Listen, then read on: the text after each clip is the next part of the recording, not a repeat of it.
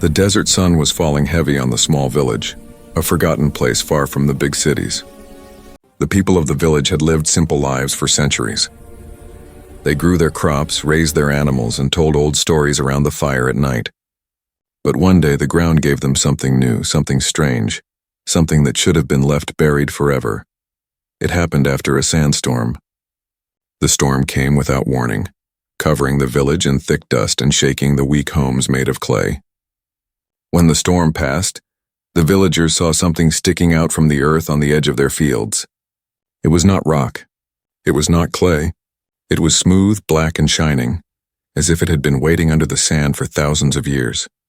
Men gathered with shovels in their bare hands. They dug until the full shape appeared. It was a statue, taller than any man, carved with strange lines that seemed to glow faintly under the sun. The statue was not like anything they had seen before. It had the face of something not human. Its eyes were long and slanted.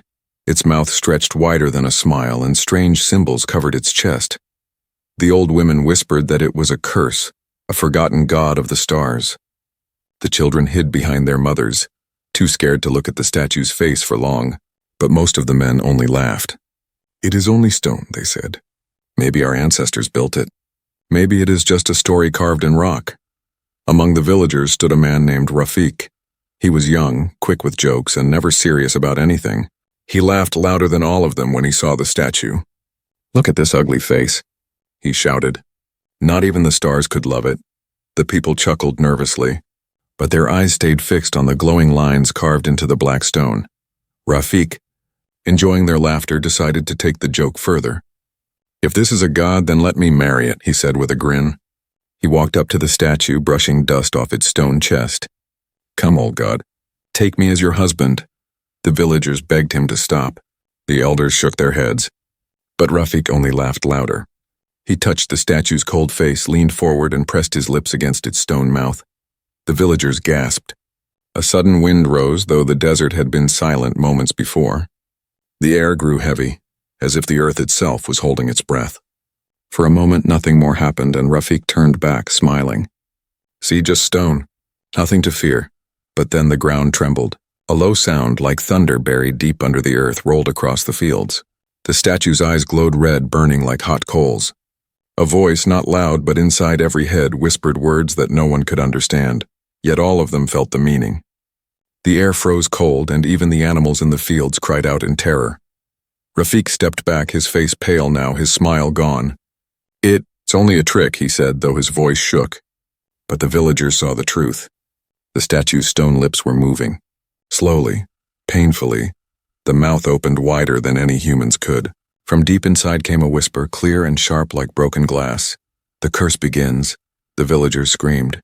Mothers pulled their children close. Men ran for their homes. Even the bravest elders could not stand against the cold terror that swept over them. Only Rafik stood frozen, unable to move, his legs weak beneath him. Then, as quickly as it started, the trembling stopped. The wind died. The desert returned to silence. The statue stood still again, its lips closed, its eyes dull black stone. It looked like nothing more than a lifeless carving once more. Some of the men shouted at Rafik. "Fool, you have doomed us," one cried. Another spat at the ground near him. The old women wailed and covered their heads, whispering prayers. But Rafik tried to laugh, though his voice cracked. "It is nothing," he said. "Just stone. Just my joke. You are all frightened for no reason." The people did not believe him. They hurried back to their homes, slamming doors shut, whispering to each other in fear.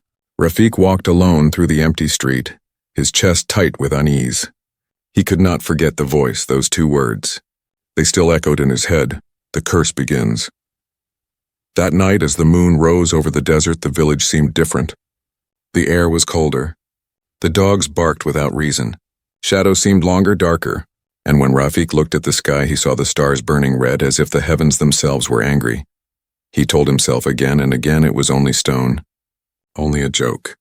But somewhere deep inside, Rafik knew he had awakened something that should have never been touched. Hook ending. As he lay awake in his bed, unable to sleep, he heard a sound outside his window. It was not the wind. It was a whisper. The same cold voice he had heard at the statue, This time it spoke only to him. First sinner. The morning after the foolish kiss, the village woke in silence. Normally, the sound of roosters, goats, and laughing children filled the air at sunrise. But that day something was wrong. The air felt heavy, dry, and bitter. People opened their doors, looked around, and whispered to one another with worried faces. Rafik walked through the village with tired eyes. He had not slept a single moment. The whisper, first sinner, still echoed in his head. He told himself it was a dream, just his mind playing tricks. Yet when he stepped into the fields, he froze. The crops, green and strong the day before, were brown and shriveled now. The corn leaned weakly, the wheat cracked like dry straw. An entire season of food had turned to dust in one night. The farmers cried out in despair. "Our food! Our children will starve," they shouted.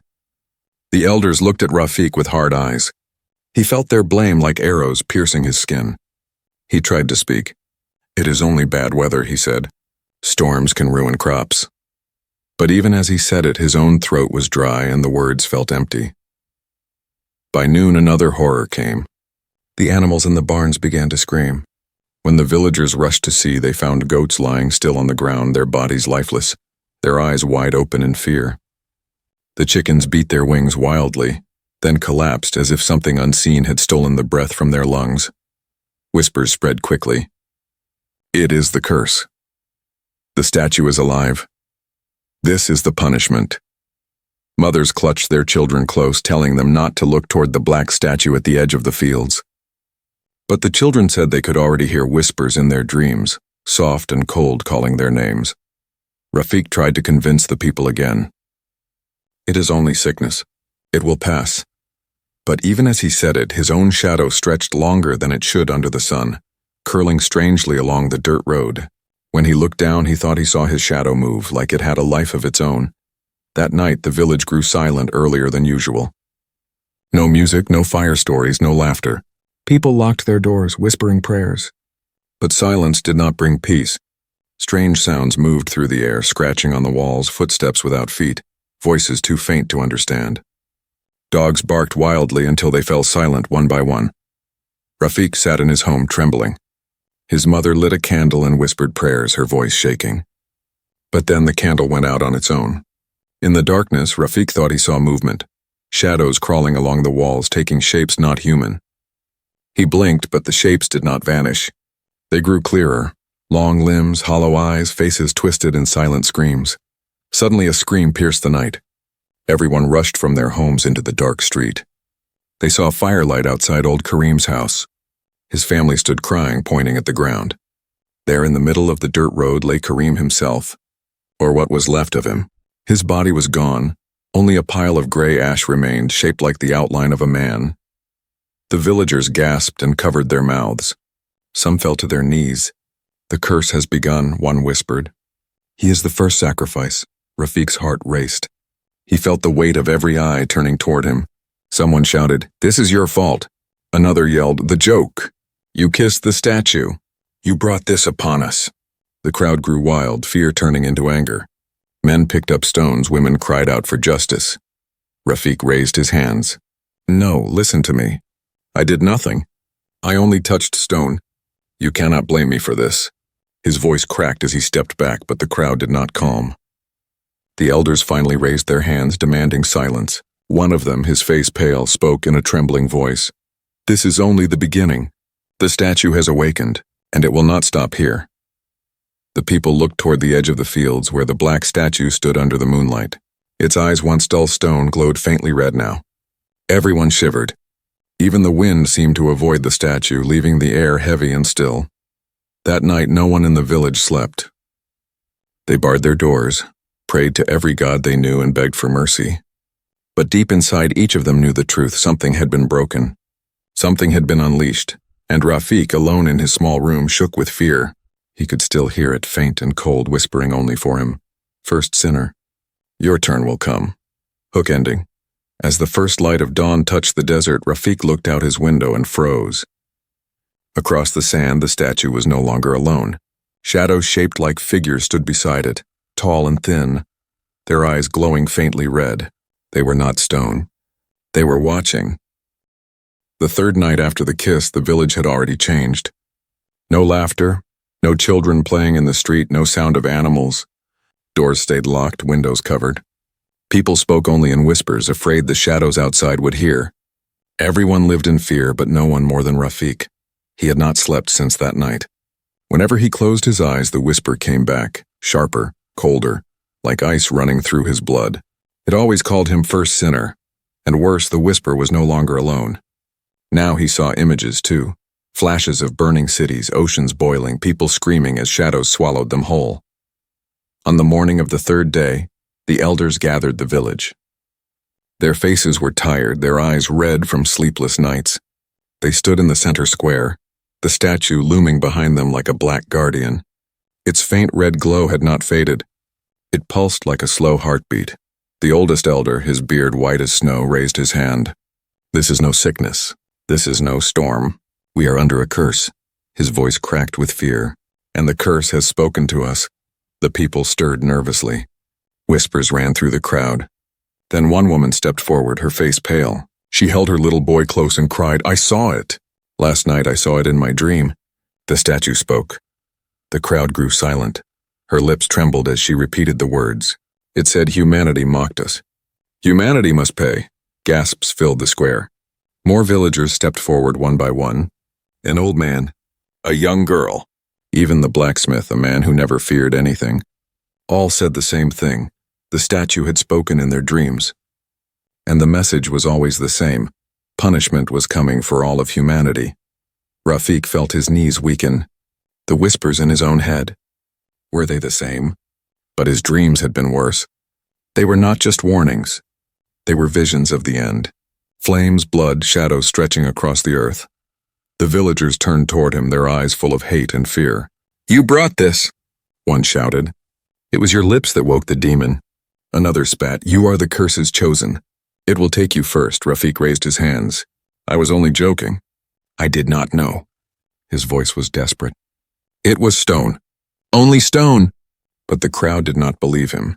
Mothers pulled their children away as if his presence alone could poison them. That night, a group of men from the city arrived. They wore clean white coats and carried strange machines. Scientists. Someone in the village had sent for help. The villagers crowded around them, desperate for answers. The scientists walked up to the statue, their boots crunching on the sand. They laughed softly. "An ancient relic," one said.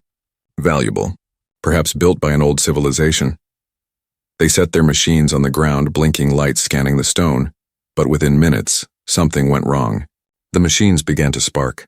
One after another, they shut down, dead. The scientists stared in shock, pressing buttons, slapping the sides, but nothing worked. Even their phones were dark. Then the air grew heavy again. Everyone in the square froze. The statue's chest glowed, the symbols burning brighter than fire. Its stone mouth cracked open. The sound was like rock breaking under the earth. Slowly, painfully, the lips parted. A voice filled the square. It was not loud. It did not need to be. It slid into every ear, every mind, like cold metal. Mockers of the stars. Your time has ended. People screamed and fell to the ground, covering their ears, but the voice was inside their heads. It could not be shut out. Rafik's eyes widened as he heard more than the others. He alone heard a second voice, softer, darker, whispering only to him. "First sinner, your soul will open the gate." The statue's eyes blazed red, brighter than ever. A crack appeared down its chest, stone breaking apart. Inside, something moved. It was not stone. It was alive. The scientists stumbled back in terror.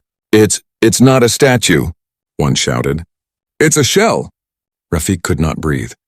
His heart pounded as the figure inside pushed against the stone prison, its shape almost free. Metallic skin glimmered in the firelight, covered in glowing lines that pulsed like veins. Long fingers pressed against the breaking shell. The villagers screamed and ran for their homes. Mothers clutched their children. Men dragged their wives. The square emptied in panic, but Rafik stood frozen. His body would not move. His eyes locked on the creature rising from the prison. The alien's head lifted slowly. Its eyes glowed like burning suns. It looked straight at Rafik as if it had always known him. Its mouth stretched, and the voice came again, not in whispers this time, but in a roar that shook the ground. "First sinner, humanity will pay through you." Hook ending. The stone cracked fully, and the alien stepped free of its shell. Its feet touched the earth, and the moment it did, every light in the village, every candle, every lamp went out. Darkness swallowed them all. Darkness swallowed the village. Not the soft darkness of night, but a heavy blackness, as if the very stars had been erased. People screamed in terror. They stumbled blindly in the streets, calling for their children, crashing into walls. Even the moon's light seemed stolen away. In the center of the square, the alien stepped out from its stone shell. The broken statue fell around it in pieces like shattered armor. Its body gleamed with strange metallic skin, covered in glowing lines that ran like rivers of fire. Each step it took shook the ground. Its long fingers stretched, curling in the air as though tasting it. Rafik could not move. His chest was tight, his legs weak. He wanted to run, to hide, but his body betrayed him. He stood rooted in place, watching as the creature's glowing eyes searched the crowd of terrified villagers. Then, without doubt, those eyes fixed on him. "First sinner," the voice boomed, echoing inside every skull. "Through you the curse is born." The villagers shrank away from Rafik. Some pointed at him, shouting, "Take him! Spare us!" Others fell to their knees, begging the alien for mercy. Mothers pushed their children behind them, as if his very shadow carried death. The alien raised one hand. Sparks of red light swirled around its palm, growing brighter, hotter until the very air burned. Then it clenched its fist, and every machine in the village, radios, lamps, even the scientists' trucks, exploded at once. Fire lit the square, but it was no ordinary fire. It burned blue and cold, casting twisted shadows on the walls. The scientists panicked, running toward their vehicles, but the alien's voice followed them. "You build machines of arrogance, but no tool can protect you." One man fell to the ground, his body convulsing as sparks leapt from his skin. Another tried to scream, but his voice turned into a gurgle as his shadow rose from the ground and swallowed him whole. Rafik's heart pounded so loudly he thought it might burst. He stumbled backward, but the alien took a step forward. "You mocked the stars with lips of flesh. You opened the gate. Now all humanity shall suffer." Behind the alien, the broken statue pulsed with red light, brighter and brighter until beams shot into the sky like pillars of fire. The clouds above turned black, swirling like a giant storm. Thunder rolled, not from the heavens, but from the earth itself. The elders cried out, "It is the end! The curse is real." Some ran, but others fell to their knees, their voices shaking in desperate prayer. Yet their prayers seemed to vanish in the air, swallowed by the alien's presence. Rafik finally found his voice. "Please, I did not know." It was only a joke. His words cracked in the night. His eyes filled with tears. "Forgive me. Do not curse them for my mistake." The alien tilted its head, its face unreadable. "The sin is not yours alone. Humanity has always mocked what it does not understand. Your lips only woke us sooner." The villagers groaned in despair. Some shouted at Rafik, "See what you have done! See what you brought on us!" They hurled stones, but none reached him. The stones stopped mid-air, crumbling into dust before they touched the ground. The alien spread its arms wide, and its body shone brighter. "The judgment has begun. This village is the first. Soon the world will follow." Rafik felt the ground tremble beneath his feet. Cracks split the dirt, glowing red from within, as if fire waited just under the earth. From the cracks, shadows began to rise, tall, thin, with hollow eyes. The same shapes Rafik had seen crawling on his walls now stood fully formed, stepping into the world. Their mouths opened, but no sound came, only silence, sharp and heavy, that chilled the bones. The villagers screamed and scattered, but the shadows moved faster than any human. They crawled along walls, darted across roofs, and reached into homes. People vanished in seconds, their bodies crumbling into ash. Rafik fell to his knees, trembling. "Please," he begged. "If I am the sinner, take me." "Leave the others." His voice broke into sobs. For a moment the alien paused. Its glowing eyes dimmed slightly. It looked at Rafik as if measuring him. Then it spoke, softer this time, but still inside every head. "Your soul will be the key, but not yet. First you will watch. You will see your world fall." Rafik's stomach dropped. His breath caught in his throat. The alien turned its back to him, raising its arms toward the sky. The storm above grew darker, lightning flashing in colors no human had ever seen. And then, with a voice that shook the heavens, the alien roared, "Awaken, brothers! Awaken, sisters! The age of silence is over." In that instant, across the world, statues buried in deserts, mountains, and oceans cracked open. One by one, glowing eyes lit up in the darkness. Humanity's nightmare had only begun. Hook ending. Rafik lifted his head, tears streaming down his face. The alien leaned close, its breath like ice. First sinner. You will carry the curse until the end. The village was no longer a village. It was a graveyard of ash. The night after the awakening, streets that once carried laughter were filled with silence and dust. Shadows still moved across the walls, feeding on whatever life was left. The people who survived locked themselves inside, trembling with each whisper that slid through their doors. Rafik stood in the square, alone. His eyes were empty, his hands shaking. Around him, the broken statue pulsed with light, and the alien stood tall beside it, glowing like a demon of fire. The words still echoed in his head. You will carry the curse until the end. But the curse did not stay in the village. Far away, in cities across the desert, across mountains, across oceans, statues long forgotten began to stir. Some lay buried under sand, some hidden underwater, some carved into cliffs so old no one remembered them. Now they cracked open. One by one, glowing eyes lit the darkness. The world felt the change, though few understood it. Machines failed, crops died overnight, and skies turned strange colors. In one great city, skyscrapers stood tall, their lights shining proudly into the night. But then, all at once, every light went out. The people gasped as darkness swallowed the towers. From the ground below, a massive statue tore itself free from the earth. Taller than any building, its eyes burning red. Its voice rolled like thunder, shaking glass and stone alike. Humanity mocked us. Humanity must pay. Panic swept across the world. News spread like fire. Videos showed statues walking through streets, their footsteps crushing cars like toys. Shadows slithered through crowds, swallowing people in seconds. Governments screamed for answers, but radios, satellites, and phones failed one after another. Human technology, everything they had built, was dying just as the alien had promised.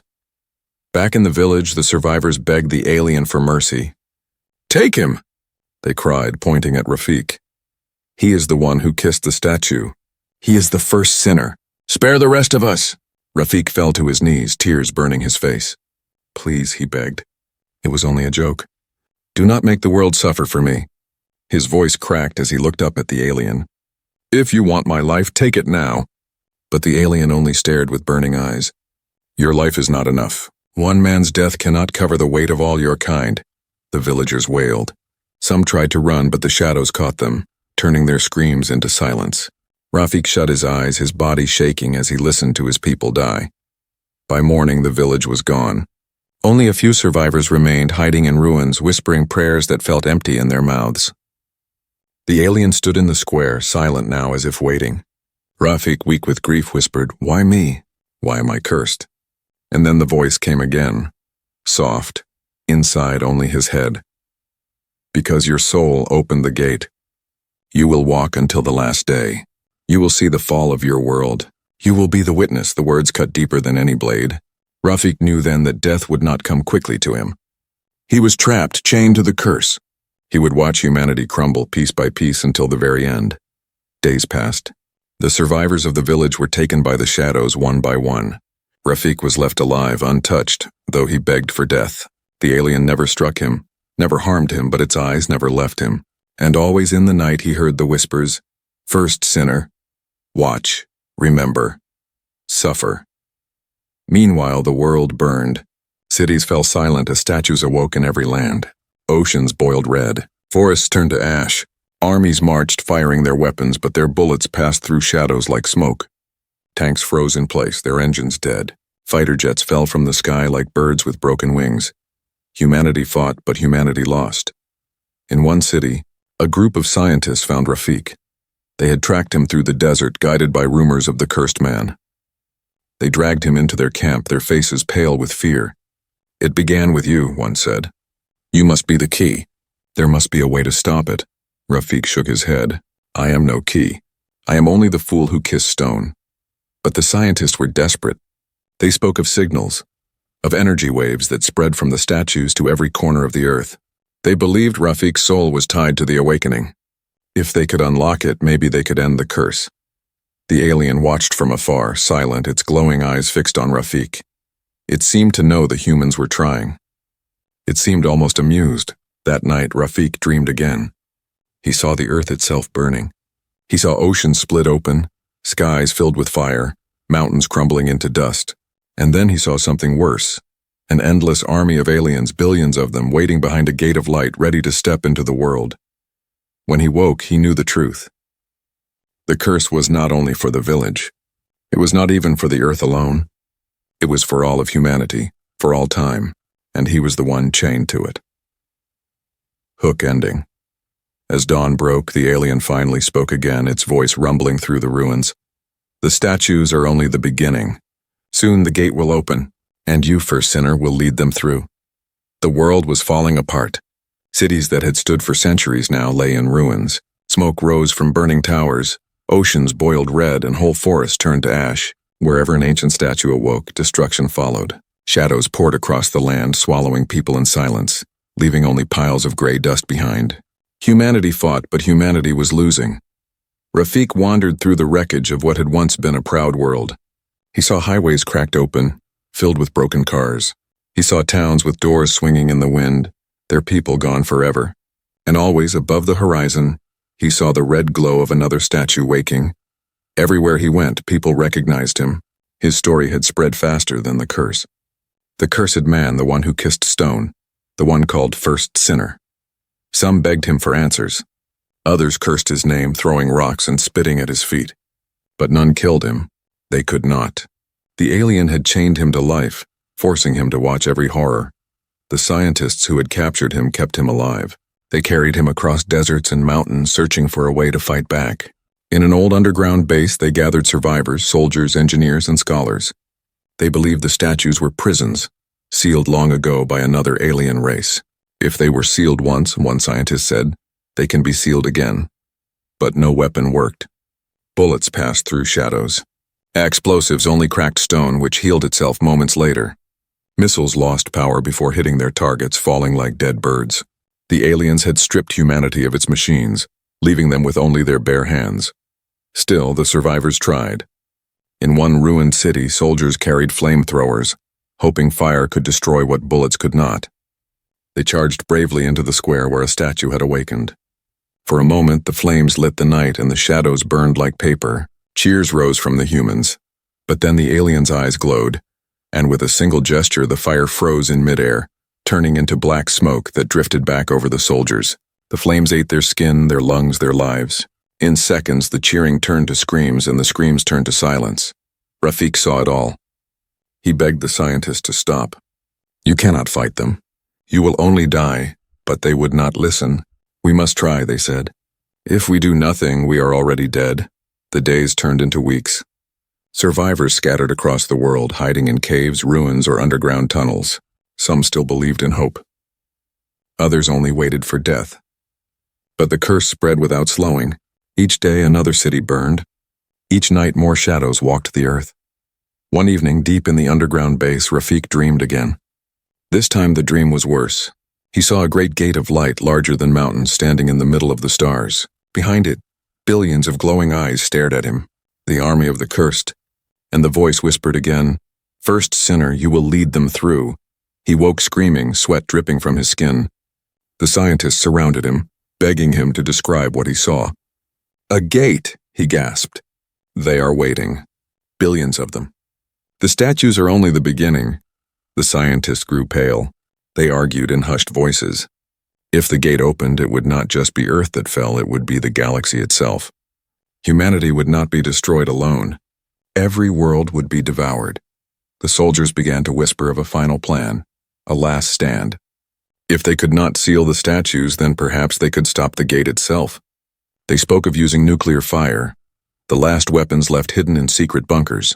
They would strike the heart of the main statue, the one where the curse had begun. But the alien was waiting. As the survivors prepared, the ground shook. Cracks split the base. Dust rained from the ceiling. Then from deep below the earth, a red glow rose like a sun. The alien stepped into their hideout, tall and silent, its glowing lines pulsing brighter than ever. The soldiers raised their guns, but Rafik screamed, "Stop! It is useless!" The alien's eyes locked on him. "First sinner, the time has come. The gate is ready. You will open it." Rafik fell to his knees, shaking. "No, please." "I cannot, do not make me." The alien's voice thundered through the base, making walls crack. "You have no choice. Your soul is bound. Your lips mock the stars. Through your breath, the gate will open. Humanity's last stand is dust. The soldiers fired anyway. The bullets turned to sand before they reached the alien. The scientists cried, their machines dying one by one. The survivors screamed as shadows filled the tunnels, crawling along the walls, swallowing everything. Rafik covered his face with his hands, sobbing. He knew there was no escape.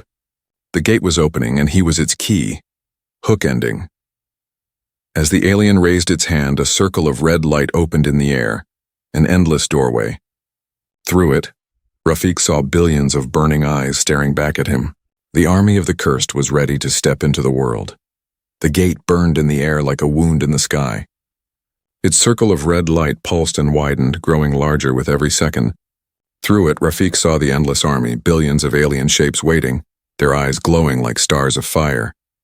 They did not move, but he felt their hunger, their thirst for the living world. The survivors screamed. Some fell to their knees in despair, others tried to run, but there was nowhere to go. Shadows crawled along the walls, cutting off every exit. The alien, towering above them, stretched its arms toward the gate. Its voice filled every corner of the underground base. The seal is broken. The gate is open. The age of humanity is over. Rafik felt his chest tighten. His body shook, his legs heavy as stone. He wanted to fight, to scream, but he knew the truth. The alien was right. His foolish joke had awakened the curse. He was chained to it. And now through him the gate would open fully. He fell to his knees, clutching his head. "Please," he whispered. "If I must pay, let me pay alone. Do not destroy them all." The alien turned its glowing eyes on him. "You cannot carry the sins of your kind alone. Humanity mocked us, denied us, forgot us. You are only the mouth that spoke the insult. The curse belongs to all." The survivors shouted in rage. Some cursed Rafik, spitting at him, blaming him for the end. Others begged him, "Do something. Stop this." His ears rang with their cries, their hatred, their desperate hope. He looked at their faces and saw not only fear, but also the faint spark of life that still clung to them. And for the first time, Rafik felt something stronger than his fear. He could not undo the joke, but maybe, just maybe, he could undo its price. The alien's voice slid into his mind, cold as ice. "You will open the gate. Your soul is the key. Nothing can change this." Rafik's lips trembled. "Then I choose how it opens." He rose to his feet, though his body was weak, his heart pounding. He looked at the gate, the endless army behind it, and then at the alien. His voice was steady now. "If my soul is the key, then I give it freely. Not to you, not to them. But to close it." The alien tilted its head, its glow flickering. For the first time there was hesitation. "You would burn yourself? Your life, your soul, to protect those who mocked you?" "Yes," Rafik whispered. "Because even if humanity mocked the stars, we still laugh, we still love, we still hope. That is worth saving." The alien's eyes narrowed. The ground trembled. The gate pulsed violently as if resisting his words. "You cannot fight the curse. It is eternal." But Rafik stepped forward anyway. Each step felt like walking through fire, but he did not stop. He placed his hand on the edge of the glowing gate. His skin burned, smoke rising from his fingers, but he pressed harder. His eyes filled with tears, his voice shaking as he cried out, "If my soul opened it, then my soul will seal it." The gate screamed. The sound was not human, not of this world. It was the sound of countless voices shrieking in fury. The alien roared, "No! You cannot! You are only flesh!" But the light of the gate wavered. The billions of eyes beyond it blinked and dimmed. The doorway began to shrink. Rafik felt his strength leaving him, his breath failing, but he held on. He poured every ounce of his life into that single act. The survivors watched in awe and terror as the cursed man gave himself away. His body glowed with the same light as the statues, his skin cracking with fire, his soul burning like a torch. For the first time, the shadows recoiled, shrieking, curling into the cracks of the earth. The alien stepped back, its glowing lines flickering weakly. "Impossible. A sinner cannot be a savior." Rafik smiled faintly through the pain. "Even a fool can choose to do one right thing." With one final cry, he pressed his hand deep into the gate. His body shattered into light and the doorway collapsed in on itself, shrinking, cracking until it was nothing more than a spark. And then, silence. The gate was gone. The shadows melted into the earth. The statues turned dark and lifeless once more, their glowing eyes fading to black stone. The storm above broke, and for the first time in weeks the sky was clear. The survivors fell to their knees, gasping, weeping. The world was scarred, broken, burned, but alive. Humanity had been spared, yet the alien still stood. Its glowing eyes were dim, but not gone. It looked at the empty space where Rafik had stood. He has sealed it, for now. But the curse is not gone. One day the gate will open again. It vanished into the shadows, leaving the survivors in silence. For a long time, no one spoke. Then one soldier whispered, "He saved us. The cursed man saved us." The story spread across every ruined city, across every broken land, the tale of the fool who kissed stone, who cursed the world, and who gave his life to save it. Hook ending, final twist. Years later, children played near the ruins of the village where it all began. The black statue stood silent once more, but as the sun set, its eyes flickered faintly red, just for a moment.